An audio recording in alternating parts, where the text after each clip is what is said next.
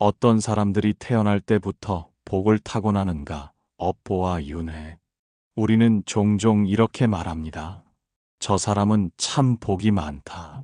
태어날 때부터 좋은 부모 밑에서 자라고 하는 일마다 술술 풀리고 삶이 마치 정해진 길 위를 걷는 듯 순탄한 사람들. 반면 어떤 사람은 열심히 노력해도 일이 어긋나고 좋은 인연이 와도 금세 흩어지고 인생이 유독 거칠게만 느껴집니다. 그럴 때 문득 이런 생각이 들지요. 사람은 태어날 때부터 복이 정해져 있는 걸까? 왜 어떤 이는 타고난 듯 평탄하고 어떤 이는 이유 없이 힘들까? 그 질문은 수천 년 전에도 있었습니다. 한 제자가 부처님께 물었습니다. 스승님, 왜 어떤 사람은 태어날 때부터 복을 타고나고 어떤 사람은 고난 속에 태어납니까? 그것은 하늘이 정한 운명이 아니라 스스로 지어온 업의 그림자다. 복은 타고나는 것이 아니라 쌓아온 것이다. 지금의 삶은 우연이 아니라 이전의 마음이 만든 결과이다. 스승님, 그렇다면 업은 어떻게 만들어지고 윤회는 어떻게 이어지는 것입니까? 그날의 대화는 한 인간의 인생뿐 아니라 수많은 사람들의 운명을 바꾸는 깨달음이 되었습니다. 어느 날 한 제자가 부처님께 물었습니다. 스승님, 세상을 보다 보면 의문이 듭니다. 어떤 이는 태어날 때부터 부유하고 어떤 이는 가난과 병 속에서 태어납니다. 누구는 노력하지 않아도 잘 되고 누구는 죽을 만큼 애써도 뜻대로 되지 않습니다. 그 차이는 어디서 오는 것입니까? 복이란 하늘이 미리 정해놓은 것입니까? 부처님은 조용히 제자를 바라보다가 말씀하셨습니다. 하늘은 그대의 삶을 정하지 않는다. 삶은 그대의 마음이 만든다. 제자는 고개를 갸웃했습니다. 마음이 만든다니요. 저는 지금껏 하늘의 뜻이라 생각했습니다. 복을 타고난 사람은 태어나기 전부터 선택받은 줄 알았습니다. 그대가 오늘의 그대가 된 것은 하늘이 너를 택해서가 아니라 그대가 지어온 마음의 흔적이 모였기 때문이다. 그것을 업이라 한다. 그럼 저는 지금의 삶을 스스로 만든 것입니까? 지금의 그대는 어제의 마음이 만든 결과이며 내일의 그대는 오늘의 마음이 짓는 인연이다. 복이란 하늘에서 내리는 것이 아니라 스스로의 행과 생각이 빚어낸 결실이다. 하지만 스승님, 저는 나쁜 일을 하지 않았는데도 가끔은 이유 없이 힘들고 불운이 닥칩니다. 그것도 제가 만든 겁니까? 그대가 심지 않은 나무의 그늘에서 쉬고 있는 적이 있었을 것이다. 그 나무는 이전 생에 그대가 심은 것이니라. 마찬가지로 지금 겪는 고통도 그대가 알지 못한 과거의 행이 불러온 열매다. 그것을 억울히 여기지 말아라. 모든 것은 스스로의 마음에서 비롯된 법이니라. 그럼 하늘을 탓하고 운명을 탓하는 것은 결국 나를 모르는 일입니까? 운명은 정해진 길이 아니다. 그대가 지금 어떤 마음을 내느냐에 따라 그 길의 모양이 달라진다. 복을 짓는다는 것은 행복한 마음을 짓는다는 뜻이다. 남을 미워하면 어둠이 쌓이고 감사하면 빛이 쌓인다. 그것이 복의 씨앗이다. 제자는 그 말을 곱씹었습니다. 그러자 마음속에 작은 불빛이 켜졌습니다. 복은 타고나는 것이 아니라 매일의 마음이 만들어내는 것이구나. 사람들은 복을 바라며 하늘에 기도하지만 하늘은 그 마음을 거울처럼 비출 뿐이다. 하늘은 줄 수 없고 마음만이 짓는다. 복은 마음의 결과요. 마음의 그림자다. 제자는 고개를 숙이며 속삭였습니다. 그렇다면 제 복도 제 손으로 짓겠습니다. 그대가 복을 짓는다는 뜻은 결국 그대의 마음을 밝히는 일이다. 복은 남보다 많이 가지는 것이 아니라 덜 미워하고 더 이해하는 마음에서 자란다. 그대의 하루가 선한 생각으로 이어질 때 그 복은 이미 그대 곁에 피어나고 있을 것이다. 그날 이후 제자는 매일의 작은 마음을 돌아보기 시작했습니다. 불평 대신 감사로, 원망 대신 이해로 하루를 채웠습니다. 그는 조금씩 느꼈습니다. 세상은 달라지지 않았지만 자신의 마음이 달라지니 삶이 한결 부드러워졌다는 것을, 그것이 복의 첫 징조였습니다. 제자는 어느 날 새벽 수행 도중 문득 멈춰 섰습니다. 그는 부처님 앞에 다가와 조용히 물었습니다. 스승님, 복이 마음에서 비롯된다고 하셨지요? 그렇다면 업은 어디서 비롯됩니까? 사람이 나쁜 일을 하면 그게 업이 되는 것입니까? 부처님은 잠시 눈을 감고 고요히 말씀하셨습니다. 그대가 업을 행동으로만 여기는구나. 하지만 업은 손과 발보다 먼저 생각에서 시작된다. 제자는 고개를 들었습니다. 생각이 업이 된다고요? 생각은 씨앗과 같다. 씨앗이 땅에 닿아야 싹이 트듯 생각이 마음에 머물면 행이 된다. 선을 품으면 선의 열매가, 악을 품으면 악의 열매가 맺히는 것이다. 하지만 생각은 눈에 보이지 않는데 그것이 어떻게 업이 될 수 있습니까? 부처님은 손에 들고 있던 작은 돌멩이를 들어 보이셨다. 이 돌멩이를 던지면 물결이 퍼지듯 그대의 한 생각이 세상에 흔적을 남긴다. 눈에 보이지 않아도 그 울림은 반드시 되돌아온다. 그럼 저는 매일 얼마나 많은 업을 짓고 있는 걸까요? 그대가 한 번 미워할 때마다 어둠의 씨앗이 심기고, 한 번 이해할 때마다 빛의 씨앗이 자란다. 그 씨앗들은 당장 열매를 맺지 않지만 때가 되면 반드시 모습을 드러낸다. 제자는 그 말을 들으며 마음이 무거워졌습니다. 저는 그동안 많은 생각을 품었습니다. 남을 부러워하고 시기하고 가끔은 누군가의 불행을 마음속으로 즐거워하기도 했습니다. 그것들도 다 업이 되는 건가요? 말로 하지 않아도, 행동으로 옮기지 않아도 그 마음이 이미 업을 짓고 있다. 그대가 품은 생각이 곧 업의 시작이다. 그렇다면 마음을 맑게 하는 것이 복을 짓는 첫걸음이겠군요. 마음을 맑히면 업이 맑아지고, 업이 맑아지면 인연이 맑아진다. 선한 마음이 오래 머문 자리에 복은 저절로 깃든다. 스승님, 그럼 악한 마음을 품은 자는 영원히 악업에서 벗어나지 못합니까? 어둠 속에서도 등불을 켜면 빛이 스며들 듯 악한 마음도 선한 마음이 닿으면 바뀐다. 생각이 업을 만들지만 새로운 생각은 옛 업을 녹인다. 그것이 수행의 힘이다. 제자는 눈을 감고 긴 숨을 내쉬었습니다. 그리고 마음속으로 다짐했습니다. 이제부터는 남을 탓하는 생각보다 감사하는 생각을 먼저 품겠습니다. 그대의 그 한 생각이 새로운 복의 씨앗이 될 것이다. 복은 큰 일에서 생기지 않는다. 작은 생각 하나가 인생을 바꾼다. 그날 이후 제자는 생각이 올라올 때마다 스스로에게 물었다. 이 생각은 나를 어둡게 하는가, 밝게 하는가? 그 단순한 물음이 그의 삶을 바꾸기 시작했다. 그가 마음의 소리를 듣기 시작한 순간 세상은 조금씩 달라지고 있었다. 어느 날 제자는 해질 무렵 부처님 곁에서 물었습니다. 스승님, 복과 업이 모두 마음에서 비롯된다는 것은 이제 알겠습니다. 하지만 제게 여전히 하나의 의문이 남아 있습니다. 사람은 죽으면 모든 것이 끝이 아닌가요?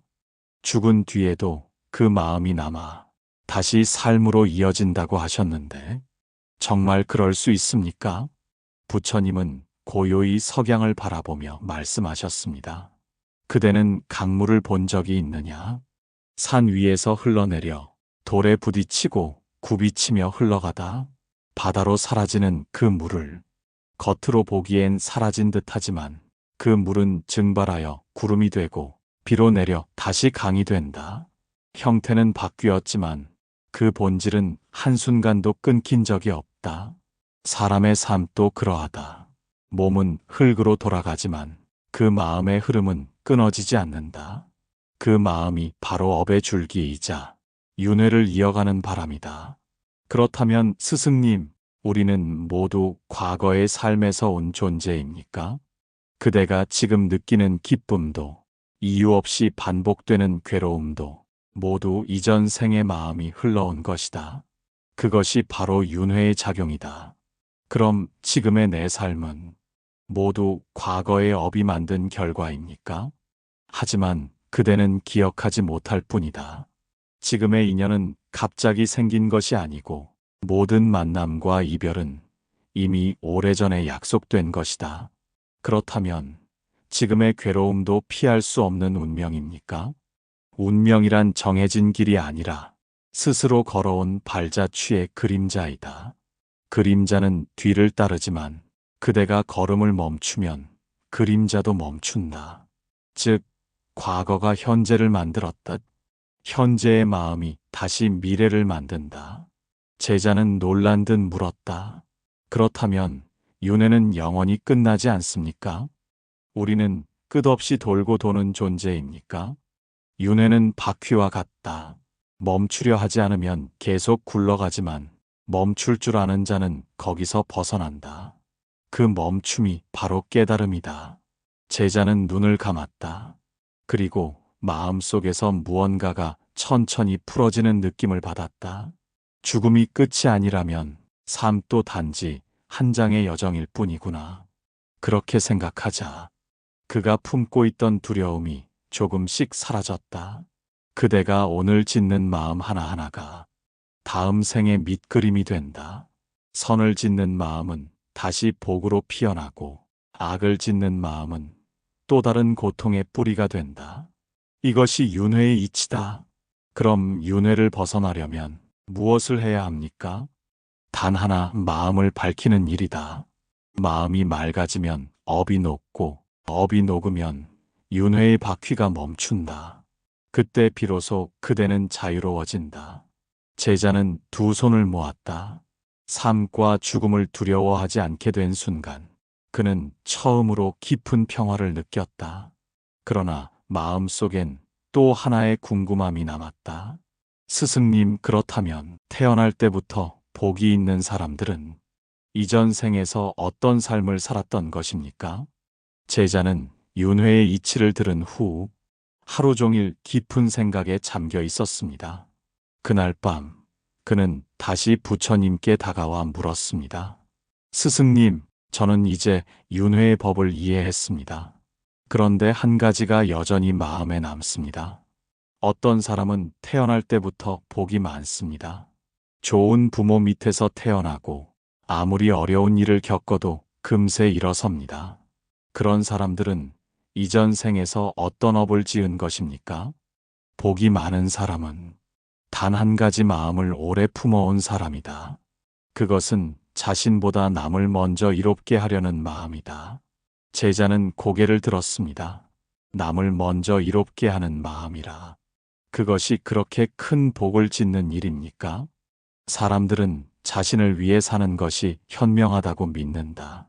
그러나 진정한 복은 자신의 이익을 내려놓고 다른 사람을 위한 마음을 낸 순간부터 시작된다. 제자는 잠시 생각에 잠겼다. 그렇다면 남을 돕는 사람이 복을 받는 이유는 하늘이 감동했기 때문입니까? 하늘은 감동하지 않는다. 그대의 마음이 감동할 뿐이다. 남을 이롭게 하는 마음은 그대의 마음을 밝히고 그 밝음이 다시 그대의 삶을 비춘다. 그 빛이 곧 복이다. 그럼 이전 생에 많은 복을 쌓은 사람들은 큰일을 했던 사람들입니까? 사원을 세우거나 많은 재물을 보시한 이들 말입니다. 복은 크기에서 생기지 않는다. 진심에서 생긴다. 큰 재물을 내놓고도 교만한 마음을 품으면 그 복은 메아리처럼 흩어진다. 하지만 작게 나누어도 감사와 자비의 마음으로 했다면 그 복은 생명을 품은 씨앗처럼 오래 남는다. 스승님, 저는 때때로 남을 도울 때 속으로 이런 생각을 합니다. 나도 이렇게 했으니 복을 받겠지. 그 마음도 복이 되지 않겠지요. 그 마음은 거래이지 자비가 아니다. 복은 계산에서 멀어질수록 커지고 조건이 없을수록 깊어진다. 하늘은 숫자를 세지 않고 오직 마음의 향기를 본다. 제자는 조용히 숨을 내쉬었다. 그제야 깨달았다. 복은 행위의 크기가 아니라 그 속의 의도에서 피어난다는 것을. 복이 많은 사람의 얼굴에는 평화가 있다. 그 평화는 단지 좋은 일을 해서 생긴 것이 아니라 남을 위해 산 순간마다 마음이 조금씩 맑아졌기 때문이다. 맑은 마음은 윤회의 어둠을 비추는 등불이 되고 그 등불이 꺼지지 않으면 그 사람은 어느 생에 태어나도 복을 입는다. 스승님, 이제 알겠습니다. 복은 하늘이 내려주는 것이 아니라 사람이 지어 올린 마음의 향기였습니다. 하늘이 주는 복은 없다. 오직 스스로 짓는 복만 있을 뿐이다. 그대가 오늘 한 번이라도 누군가를 위해 웃는다면 그 웃음이 내일의 복이 된다. 제자는 그날 이후 사람을 볼 때마다 먼저 마음으로 빌었다. 그대의 하루가 평안하길. 그 작은 기도 하나가 이미 복의 시작이 되고 있었다. 그날 저녁 제자는 부처님 곁에 조용히 앉아 있었습니다. 바람이 나뭇잎을 스치며 지나가고 사원의 등불이 잔잔히 흔들리고 있었습니다. 스승님, 복은 짓는 것이라 하셨고 업은 생각에서 비롯된다고 하셨지요. 그렇다면 이미 지은 업은 어찌해야 합니까? 지나간 일들은 되돌릴 수 없고 제가 저지른 잘못들은 이미 세상에 흔적을 남겼습니다. 그것을 없앨 수는 없겠지요. 부처님은 잠시 침묵하다가 조용히 말씀하셨습니다. 그대의 말이 옳다. 지은 업은 사라지지 않는다. 하지만 그것이 영원히 그대를 속박하지도 않는다. 제자는 놀라 고개를 들었습니다. 업이 사라지지 않는데 어떻게 그 속박에서 벗어날 수 있습니까? 부처님은 부드럽게 웃으며 말했습니다. 어둠은 지울 수 없다. 그러나 등불을 켜면 어둠은 더 이상 어둠이 아니다. 그대가 지은 업도 그러하다. 없애려 하지 말고 그 위에 빛을 비추어라. 빛을 비춘다는 것은 무엇을 의미합니까? 후회 속에 머무르지 말고 지금 이 순간부터 새로운 마음을 짓는 것이다. 악업은 과거의 마음이 만들었지만 그대가 지금 선한 마음을 내면 그 업은 달라진다. 업은 돌이 아니라 물을 닮았기 때문이다. 닿는 마음에 따라 흐름이 바뀐다. 사람들은 자신이 저지른 일에 매달려 스스로를 벌한다. 그러나 참된 참회란 자신을 미워하는 것이 아니라 그 잘못을 깨닫고 다른 선택을 하는 것이다. 그 깨달음이 바로 업을 녹이는 불이다. 그럼 저 같은 사람도 과거의 실수를 통해 새로운 복을 지을 수 있습니까? 넘어졌던 자리가 바로 일어서는 자리다. 그대가 고통을 통해 남의 아픔을 알게 된다면 그 아픔은 이미 복의 씨앗으로 바뀐 것이다. 제자는 그 말을 듣고 눈을 감았다. 그동안 자신을 괴롭혀온 기억들이 떠올랐다. 상처 준 말, 잘못된 선택, 후회스러운 행동들. 하지만 그 모든 기억이 이제는 새로운 깨달음의 밑거름처럼 느껴졌다. 그대가 과거를 지우려 하면 그대는 과거의 노예가 된다. 그러나 과거를 이해하면 그대는 자유로워진다. 업은 사슬이 아니라 배움의 길잡이이다. 제자는 그 말을 마음 깊이 새겼다. 그제야 알았다. 과거를 바꾸는 건 불가능하지만 과거를 보는 눈은 언제든 바꿀 수 있다는 것을. 그 눈이 바뀌면 업의 의미도 달라진다는 것을. 업은 지워지지 않는다. 그러나 사랑으로 덮을 수는 있다. 용서와 자비의 마음이 가장 큰 업장 소멸의 불이다. 제자는 고개를 숙이며 속삭였다. 스승님, 이제 저는 과거를 부끄러워하지 않겠습니다. 그 대신 그 과거를 밝히는 삶을 살겠습니다. 그의 눈가에는 잔잔한 눈물이 맺혔다. 그 눈물은 슬픔이 아니라 업을 이해한 자의 평화였다. 제자는 어느 날 부처님 곁에서 한 무리의 사람들을 바라보았습니다.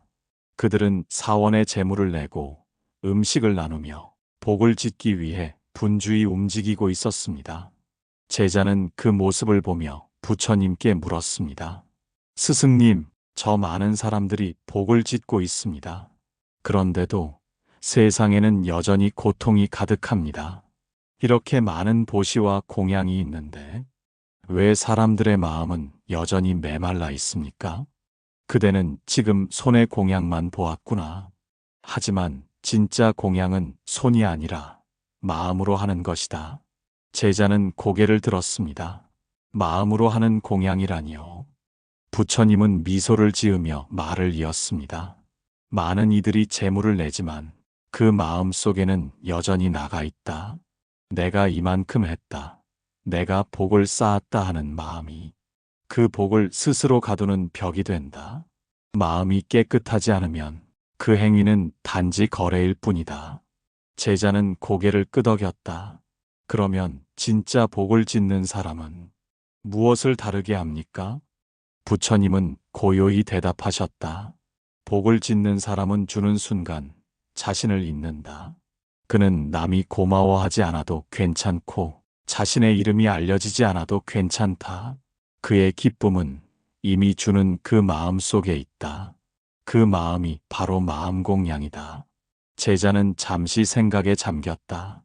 스승님, 저는 누군가를 도우면서도 늘 나의 선행을 의식했습니다. 칭찬을 받으면 뿌듯했고 감사를 받지 못하면 서운했습니다. 그것은 진짜 복이 아니었겠군요. 부처님은 조용히 미소를 지으며 말씀하셨다. 그대는 이미 알았다. 진짜 복은 보이지 않는 곳에서 자란다. 누가 알아주지 않아도 그대의 마음이 따뜻했다면 그것으로 충분하다. 하늘은 그 마음을 기억한다. 그대가 남몰래 흘린 눈물 속에도 남을 걱정한 한숨 속에도 이미 복이 자라나고 있다. 복을 짓는 사람은 남을 바꾸려 하지 않는다. 그저 이해하고 용서하며 그 마음 안에서 평화를 짓는다. 그 평화가 바로 세상에 나누는 공양이다. 그렇다면 마음 공양은 누구나 할 수 있겠네요. 가난한 사람도 힘이 없는 사람도 그 마음만 있다면 복을 지을 수 있겠지요. 복은 가진 것으로 하는 것이 아니라 있는 마음으로 하는 것이다. 따뜻한 말 한마디, 진심 어린 미소 하나, 그것이 곧 부처에게 올리는 공양이다. 제자는 그 말을 마음속 깊이 새겼다. 복을 크게 짓는다는 것은 무언가를 많이 주는 것이 아니라 남의 아픔을 자기 일처럼 느끼는 마음이라는 것을. 그대의 마음이 부드러워질수록 그대의 복은 커진다. 왜냐하면 복은 결국 사랑의 또 다른 이름이기 때문이다. 제자는 그날 밤 자신이 가진 작은 것들을 떠올렸다. 누군가에게 따뜻한 말 한마디를 건네고 작은 선행을 하고 그것으로 충분히 행복해하는 마음. 그것이 바로 진짜 복을 짓는 삶이었다. 긴 시간이 흐른 뒤 제자는 다시 부처님 곁에 앉았습니다. 그는 더 이상 조급하지 않았고 이전처럼 세상과 자신을 비교하지도 않았습니다. 그의 눈빛엔 깊은 평화가 깃들어 있었습니다. 제자는 조용히 말했습니다. 스승님, 저는 복이 마음에서 비롯된다는 것을 알게 되었고 업이 생각에서 시작된다는 것도 배웠습니다. 윤회가 끝없이 이어진다는 것도 이해했습니다. 그런데 마지막으로 묻고 싶습니다. 복을 짓는 이유가 결국 더 좋은 생을 얻기 위함이라면 그 끝은 어디입니까? 복을 다 쌓은 사람은 어디로 가는 것입니까? 복의 끝은 복을 넘는 곳에 있다. 그대가 복을 쌓는 이유가 더 많은 복을 바라기 위함이라면 그 복은 끝이 없다. 하지만 복을 짓되 바라지 않을 때 그때 비로소 윤회의 문이 닫힌다. 복을 바라지 않을 때 복이 완성된다고요. 윤회는 바람과 같다. 더 가지려는 마음이 일면 그 바람은 다시 생을 불러온다. 그러나 마음이 고요해지면 그 바람은 잦아든다. 그때 그대는 드디어 멈춘다. 그럼 윤회를 벗어난다는 것은 죽음 뒤에 태어나지 않는다는 뜻입니까? 윤회를 벗어난다는 것은 다시 태어나지 않는 것이 아니라 더 이상 흔들리지 않는다는 뜻이다. 삶과 죽음을 오가도 마음이 흔들리지 않으면 그대는 이미 윤회 밖에 있다.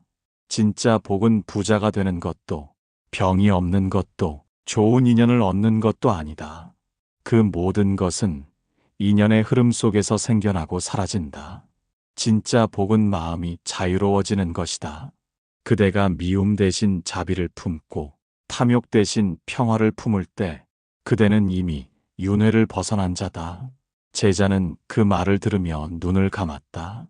마음 한가운데서 고요한 빛이 피어오르는 듯 했다. 그 빛은 작았지만 따뜻했고 세상의 어떤 소리도 그 고요를 흔들 수 없었다. 그대가 지금 느끼는 이 평화가 바로 복의 완성이다. 복은 얻는 것이 아니라 깨닫는 것이다. 그대가 더 이상 복을 구하지 않을 때 그대는 이미 가장 큰 복을 얻은 것이다. 제자는 두 손을 모았다. 그리고 오랜 세월 묵혀온 질문들이 모두 잔잔히 사라져감을 느꼈다. 그의 마음엔 남은 것이 없었다. 탐욕도 두려움도 바람도. 그 대신 오직 고요한 감사만이 있었다. 스승님, 이 평화는 얼마나 오래 갈까요? 그대가 잊지 않는 한 영원히. 왜냐하면 진짜 복은 사라지지 않기 때문이다. 그것은 재물이 아니라 깨달음의 빛으로 그대 안에 머무른다. 그날 제자는 천천히 일어나 절을 올렸다. 그의 걸음은 조용했지만 단단했고 그의 마음은 바람처럼 자유로웠다. 그날 이후 사람들은 그를 복을 이룬 자라 불렀다. 하지만 그는 미소 지으며 말했다. 나는 복을 얻은 것이 아니라 복이 무엇인지 알았을 뿐이라고.